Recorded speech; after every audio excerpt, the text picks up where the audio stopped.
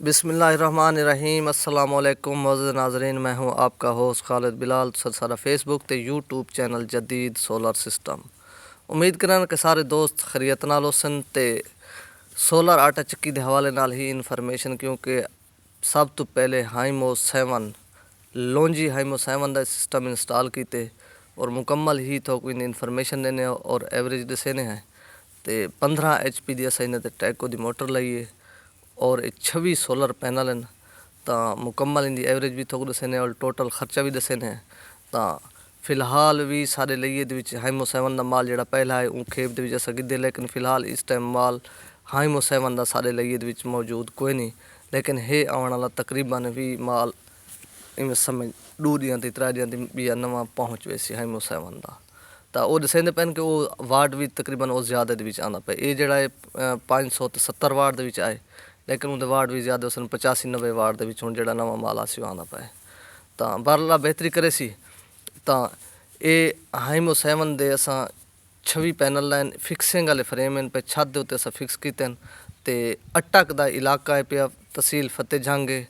जी जगह तो सवाई के लाए ये जगह का नाम है कोट फतेह खान का इलाका है पिया। तो इनते अस इंस्टॉलेशन की लिए माल गए मुकम्मल। ये आटा चक्की भाई हूँ उथाई खरीद की है। तो ये मोटर इन्वर्टर सब चीज़ बाकी इतों लिए चो सब भेजी है। तो ये टैको की मोटर है पी 15 हॉर्स पावर की। और अस ये भी पूछे कि अस शायद अगर इन्हें तो पैनल ज़्यादा लेंदे तो अस 20 HP की मोटर का इंतखाब करूँ, लेकिन भैया कि भी मैं इतों ज़्यादा पैनल को नहीं बढ़ाने वाला अस इन्हें 15 की मोटर ला दी है। तो बाकी ये मोटर भी मैं समझ पूरे, क्योंकि इन अच्छे पैनल अंपेयर अच्छे आने। तो इस 17 अंपेयर तो तकरीबन चलती पी जहाँ जरना दाना भी कम खुला खड़े जिस वे दाना इन्हें वधाए से वाल ये 20 अंपेयर तक मोटर गई है। तो एवरेज जी इंदी आई है फी घंटा की 5 मन फी घंटा एवरेज कढ़ी 26 सोलर पैनल के उत्ते। तो हालांकि सब तो बेहतरीन एवरेज आई है। बाकी अस काफ़ी सिस्टम 555 की भी लाइन 580 की भी लाइन ये बहुत ही ज़्यादा एवरेज दी 26 प्लेटां के उत्ते 5 मन की बहुत ही ज़्यादा एवरेज है। लेकिन 30 प्लेटां के उत्ते 5 मन की एवरेज अक्सर 20 प्लेटां के उत्ते चिकन ते आती रह वेंदी है। तो बहरहाल अच्छे रिजल्ट है हाइमो 7 का असें को चक्की के उत्ते पहला इंस्टॉलेशन की है।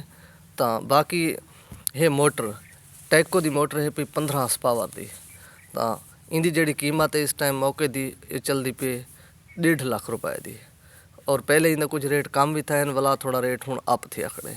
बाकी है इन्वेटर 1822 का वेटरून कंपनी का पिया 6 महीने गारंटी के आंदे। बाज़ौकात लोग इनकी साल भी वारंटी देंगे पे, ये भी अच्छी चीज़ है। तो बाकी ये आंदा पे 1,05,000 रुपए का।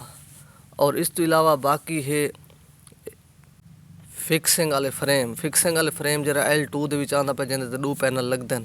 तो वो 4500 रुपए का सारे को थले मिलता पे। और वो पक्की छत उत्ते भी आसानी नाल लग वेंदे, रावल बुलट ला दो या बाज़ौकात उत्ते कंक्रीट का थोड़ा यानी कि उनके पैर मजबूत कर गिनो तो वो भी यानी कि थी वेंदे सेटिंग पक्का छत के उत्ते। तो आसानी नाल एडजस्ट कर सकते भी को L2 आंदे L3 भी आंदे। तो वो अगर जगह थोड़ी क्लोज है तो उनके 3 वाला भी तुस ला सकते हो, अगर जगह खुली है तो 2 वाला भी ला सकते हो। तो बाकी है ये जी प्लेट है पई इंदा 59 रुपए पर वाट उस टाइम मिले जिस टाइम ये समय गिद्धी गई है। तो इनके टोटल जी रकम बनती है 8,74,000 रुपए। और इन मैक्सीमम जोड़ा फ्रेमां का खर्चा है पिया वो बनते 58,500। बाकी है 1.5 लाख रुपए की मोटर है पी 1,05,000 का इन्वेटर है पिया तार केबल नाल सब चीज़ विच पा के ये टोटल तकरीबन बनता पे 12 लाख रुपए के करीब। इनके तार इंस्टॉलेशन पा के 12 तो भी किश उत्ते चला वैसी, क्योंकि छोटा मोटा समान भी चाहिए। तो ये तकरीबन एक खर्चा आता पे इस टोटल। और एवरेज भी इनकी थोक मैं सही है कि 5 मन कन्फर्म एवरेज है पई। तो बाकी इनके तो इलावा ये चक्की भी वधिया छुरियां वाली है पई। अगर इनके छोटी ब्लेडां वाली चक्की होंगी तो मजीद भी एवरेज इनके तो भी तकरीबन 20 किलो ज़्यादा आवे हा। तो ये यानी कि प्लेट ज़्यादा अगर प्लेटां लेंदे तो वत उनके इनकी एवरेज बेहतर रह वेंदी है।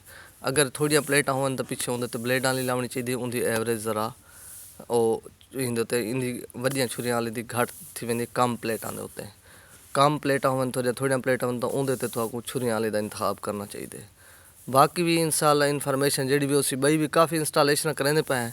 ਤਾਂ ਮੈਂ ਇਨਸ਼ਾਅੱਲਾ ਅਸਲ ਵੀਡੀਓ ਜ਼ਰਾ ਮਸਰੂਫੀਅਤ ਦੀ ਵਜ੍ਹਾ ਤੋਂ ਬੰਦਾ ਨਹੀਂ ਅਪਲੋਡ ਕਰ ਸਕਦਾ, ਤਾਂ ਬਾਕੀ ਵੀ ਮੈਂ ਇਨਸ਼ਾਅੱਲਾ ਉਹ ਅਪਲੋਡ करे सां भई ये भी काफ़ी आटा चक्की के हवाले नाल सारे इंस्टॉलेशन हैं। इंशाअल्लाह खैर करे, बाकी अपना ख्याल करे। सो दे सो इजाज़त, अल्लाह हाफिज़।